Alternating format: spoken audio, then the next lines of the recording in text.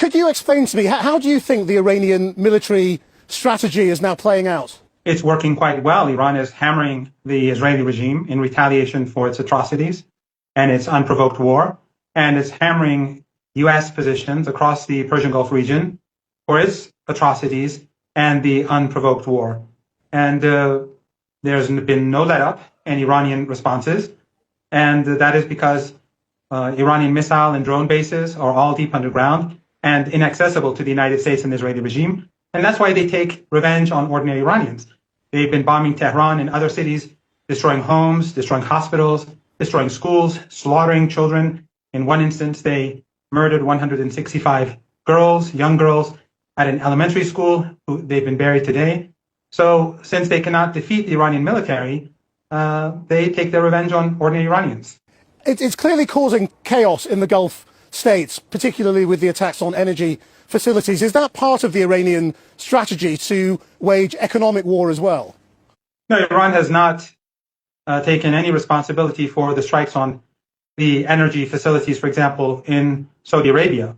That could be something carried out by the Israeli regime. But the Iranians have told tankers that they are not allowed to leave the Strait of Hormuz. And when these Arab regimes in the Persian Gulf, when they give the United States military bases to use against Iran, then there are consequences. They cannot have their cake and eat it too. They cannot participate in aggression against Iran alongside this Epstein coalition and then sit back and say we're neutral. Right, but you're not denying the other attacks, are you, in other Gulf countries which do affect energy supplies, and the oil price has gone up significantly. So I mean, that does seem to be part of the Iranian military strategy, isn't it? I mean, to try and bring them into the war and regionalize it. No, Iran has been targeting U.S. assets in the Persian Gulf, and those assets could be anything that's linked to the United States. The United States is bombing hospitals. The United States is bombing schools. The United States is bombing Iranian national radio and television alongside the Israeli regime. So U.S. assets in the Persian Gulf, they too will be attacked. But assets that belong to the states in the Persian Gulf region, they have not been touched by the Iranians. However, if they host U.S. forces, because many of the soldiers have left their bases and been taken to hotels, the Iranians will target them. So at the end of the day, if they want this problem to end, they have to expel soldiers of the Epstein regime. Now, we understand that the Assembly of Experts is trying to appoint a new supreme leader. Could a new leader, do you think, negotiate with Trump and agree to his terms? No. Iran is not interested in negotiating with Trump or the U.S. regime. Iran is going to punish the United States, and we are in the process of doing it. This regime in Washington has tried to cross a bridge that's a bridge too far, and they're messing with the wrong country. We're not Venezuela, we're not Iraq, we're not Libya, we're not Afghanistan, and we're not Syria. This is the Islamic Republic of Iran, and we will make sure that the United States regrets the aggression against the Iranian people and the slaughter of children and the slaughter of innocent civilians and the murder of the leader. These are crimes against humanity, and the United States and its allies have imposed the law of the jungle upon the world, and they will come to regret it. But Iran is not a military superpower either, and we are seeing the vast majority of drones and missiles being shot down by air defenses. I mean, surely Iran cannot win a military war and therefore has to go for some other kind of strategy in coming to a settlement. Iran will defeat the United States. Time will tell. And our drones that are being fired are very old drones. Our missiles that are being fired are very old missiles. They're very inexpensive.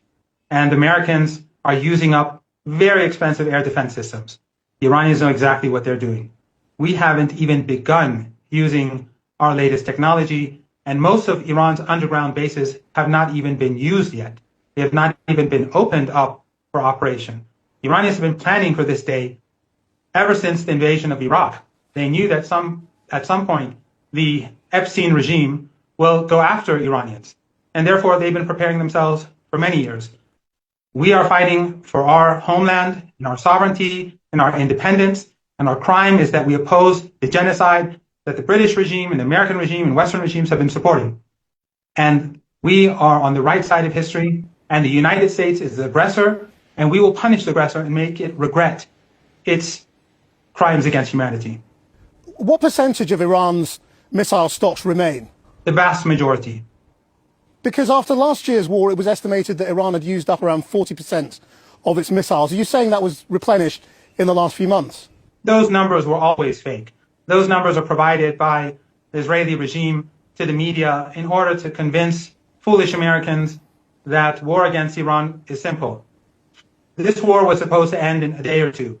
The 12-day war was supposed to bring Iran down like a house of cards. That failed, this failed, and now the United States will have to pay the price.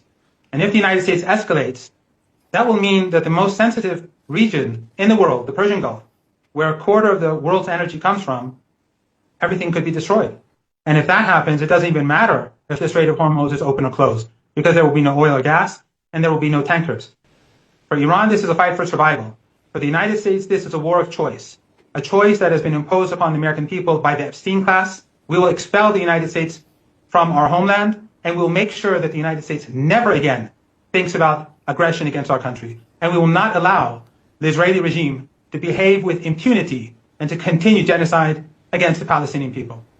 Isn't the truth, though, that a lot of Iranian people want to see this government toppled? We saw tens of thousands taking to the streets just weeks ago, and many thousands of people were killed by the security forces. So public opinion is divided on this. Don't believe your propaganda. That's silly. Well, I've already had an interview. I've already spoken with your colleague. Though the people who were killed, 3,117 people were killed, hundreds were police officers, and people who were patrolling the streets as volunteers, and hundreds of others were ordinary people that were murdered by these militants and these terrorists who were using weapons to kill. In your country, if they kill a single police officer, there will be outrage. Here, they killed hundreds, including the volunteers. So this was no peaceful protest. And you know quite well, because I know you follow these things.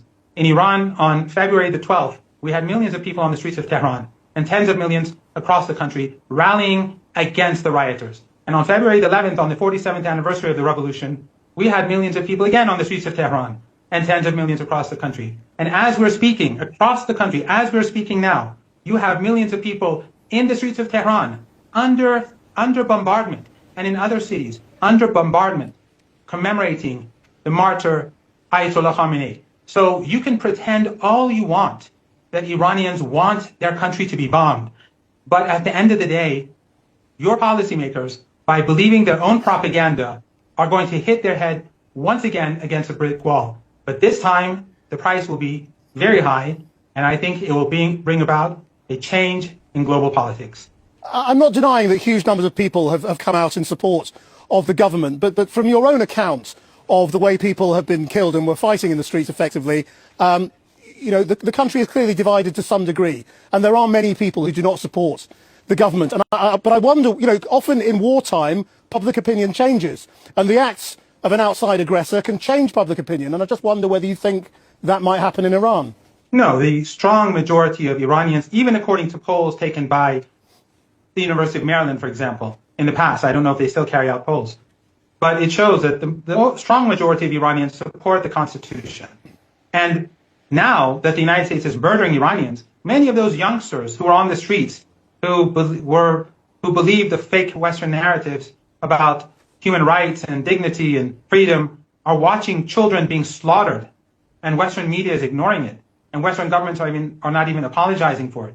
And the British and the German regime, the German chancellor says there must be regime change in Iran. The German chancellor must first apologize to the people of Iran for giving Saddam Hussein chemical weapons to use against us that killed so many thousands of people. The German regime has no credibility and is in no position to talk about Iran. And the divisions that exist right now in your country and the United States are far greater than the divisions that exist in Iran. The people of Iran are united, and we will see that the United States will fail, and the United States will pay a heavy price. And ultimately, people will see that the emperor has no clothes. The United States bullies country after country. It strangles Cuba. It takes the people of Venezuela hostage. It imposes Al-Qaeda rule on the people of Syria. Iran was a bridge too far. Iran will show the Americans that they're messing with the wrong country. What about the competence, though, of your security apparatus. I mean, after the killing of the Ayatollah with so many senior figures, we have now seen that, again, the clerics have met in the Assembly of Experts building in Qom, and that has also been bombed. I mean, does it not strike you as very odd that senior Iranian figures are still meeting in known places where they can be targeted? No, no one was in that building. Why do you believe this nonsense? And senior military figures, except for in the office of the leader, a number of people who were killed, no one else was killed.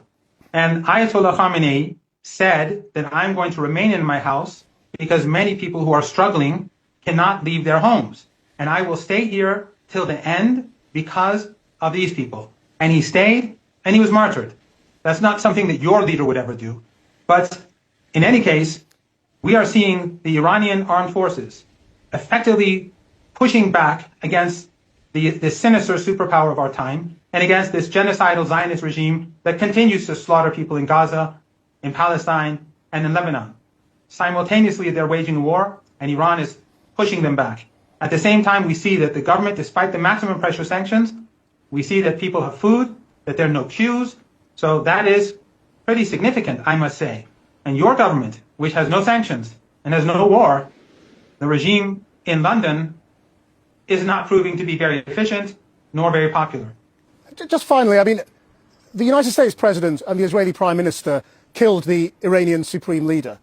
Will it now be the aim of the Iranian military and all its networks around the world to take their revenge on those individuals? What the United States did was a crime against humanity. What it is doing is a crime against humanity. We have no expectations from the West, nor the Western media. Western elites, for us, are a bunch of worthless barbarians. Iranians will protect themselves. I do not know what Iran will do or its allies will do across the world, but the entire world is sick and tired of the way in which the United States and its proxies in Europe behave. It's a rogue regime. As we speak, they are strangling the people of Cuba.